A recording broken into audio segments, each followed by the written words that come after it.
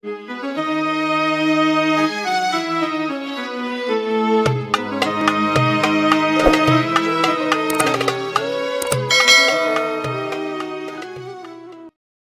terusaken nggih.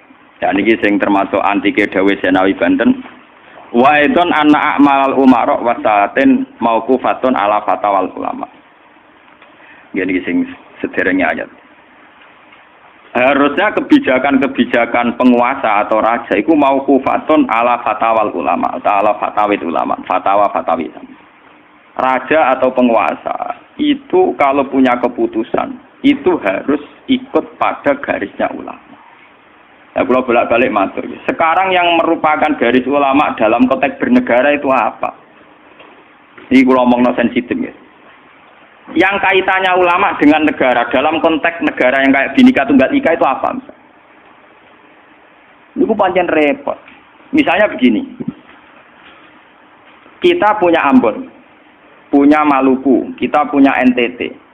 Ketika dipaksakan dulu piagam Jakarta yang memaksakan syariat Islam, tentu mereka akan menantang keluar dari Indonesia, NTT dan Ambon, Irian Jaya misalnya. Yang kayak begitu itu tidak fatwanya ulama, itu sudah masalah bernegara. Nah, kalau nanti tanggal kiai coro jenengan sebutikus, misalnya Indonesia memaksakan penerapan syariat Islam. Syariat Islam yang mana?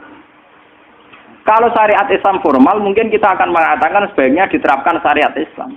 Tapi termasuk syariat Islam adalah menjaga peluang dakwah. Ini catat. Dan saya siap ketemu Allah dengan pendapat ini. Bukan berarti saya terus pluralisme atau pakai teori-teori modern. Tidak. Saya pakai teori ulama. Saya tidak pakai teori modern. Catat ini. Saya tidak pakai teori modern. Pakai teorinya ulama. Termasuk syariat adalah menjaga peluang dakwah.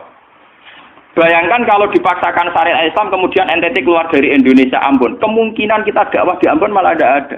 Juga kemungkinan Islamisasi di NTT malah tidak ada karena sudah keluar dari Indonesia. Paham ya? Mulai dulu wali songo ambek maling ya apik. Ambek tukang zina ya apik. Ambek tukang dadu ya apik. Itu bukan berarti mereka tidak bisa bedakan hak dan batil. Dengan diapii masih ada peluang komunikasi. Dan dengan ada peluang komunikasi ada peluang dakwah, ada peluang pembenaran. Sama. Dengan utuhnya NKRI NTT bagian dari Indonesia, iso Kiai Rapai kok rugen buak rono NTT. Ben dadi ya. Lho kanca kula ning pondok dhisik ra kanggo ini Irian Jaya kiai provinsi lah. Wingi sowan kula ngajak Pangdam lho. Ya Allah Gus kula munggo ning sarang Kiai RT ora payu ning kono kiai provinsi. Lho wingi sowan kula niku sowan numpak sahabat bareng sinten? Pangdam. Saniki mun gawe yayasan nggih sekolah tinggi lah. Jadi rektor saya gitu. Wadah buta huruf ora roh. Wong sak urip-uripe ngaji mek kula roh tenan bodorane roh tenan. Saya bakasane mbek napa? Pangdam. Mergo ketika ada kerusuhan di sana, mesti tokoh agama diundang Pangdam. Dan ini termasuk mewakili tokoh Islam. Provinsi levelnya napa?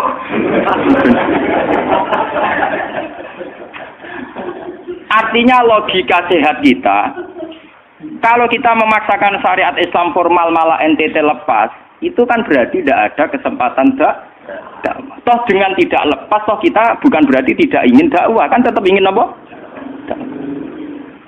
Mana bojo ngecewakno lae aja pegat. Nak ra mbok pegat ana kesempatan dandani, nek kena wong ra iso.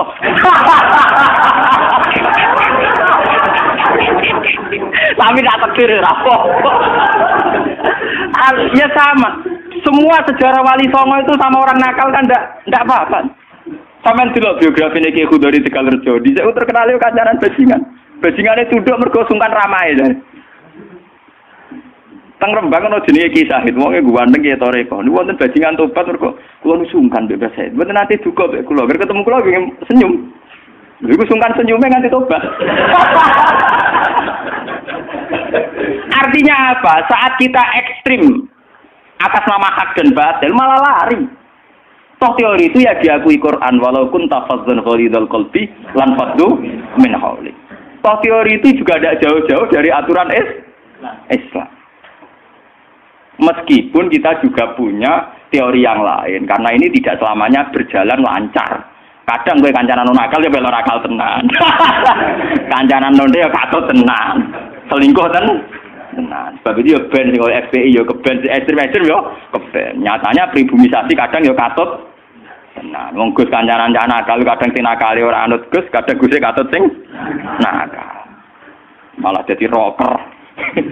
Dari sisi pertama dakwah dibeli Guse sing melok nyanyi. Ora kok sing grup band melok wiridan malah.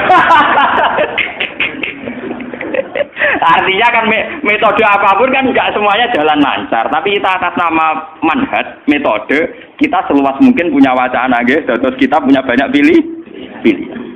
Ini disebut ikhtilaful a'immah tetap nomor rahmah. Makanya yang kamu maksud dengan syariat Islam itu apa? Kalau sering bilang, yaitu misalnya ditetapkan undang-undang gini. Setiap syariat Islam kenapa kita ngemis ke negara, nunggu diundangkan? Kapan kita mandiri sebagai ulama kalau setiap syariat Islam nunggu diundang? Sebelum diundangkan negara, kita sama ulama selalu dakwah ilallah. Misalnya sebelum ada badan narkoba, urip-uripe kiai mesti anti narkoba.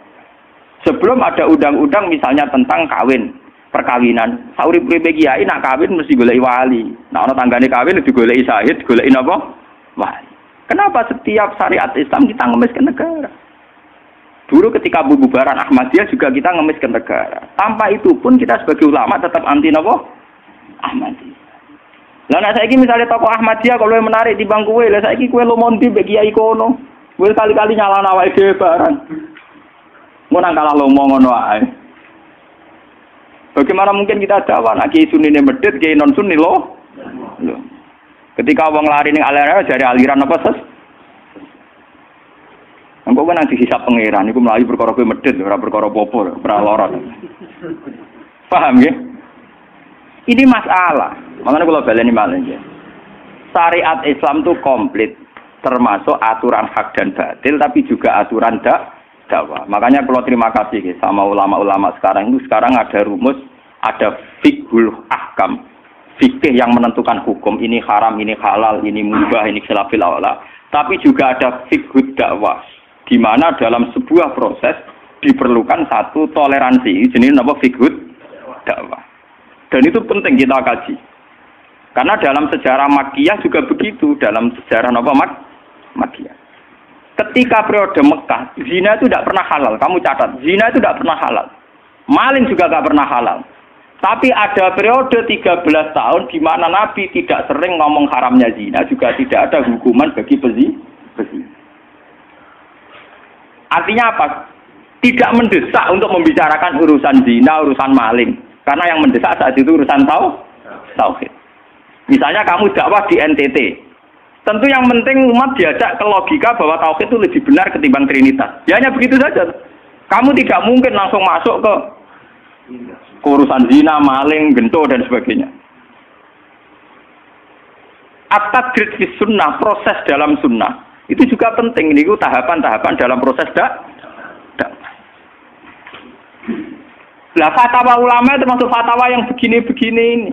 Makanya dalam semua sejarah wali ini catat, mesti ana ulama formal, ana ulama sing ora formal. Dhisik ana ulama sing pro syariat kayak Sunan Kudus. Wong selawase ra cocok bisa nang Kalijogo. Kok Kalijogo pokoke wong Islam wis bener, mulane penggemar wong Yogyakarta. Termasuk ora usah salat dari salate Mbak Kali. Atine wis salat. Wala kan boyo lali salat 3 Klaten Jogja mbok kono.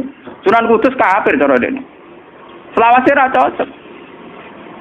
Ya tapi bagaimanapun, bagaimana mendakwai orang Islam kawasan Jogja, Klaten, Solo, golongane tingkir, kalau tidak model Kalijogo. Nyatane ya tetep saiki Islam pirang-pirang, sing salat ya wis akeh. Paham ya?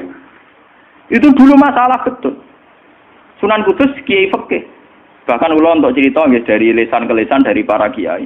Sunan Kalijogo selawase tukaran terus mbek Sunan Ainul Yakin. Ke sisi tok ape gawe dakwah nganggo macan tengul, napa jenenge? Wayang napa? Tengul. Wayang tengul lak bentuke fisik wong, koyo patung. Haram. Kuman swara sorotan udziba kok kon ngekek nyawa barang jero kiai kuno kan gitu. Akhirnya tukaran. Kalijogo sadar iku metode efektif.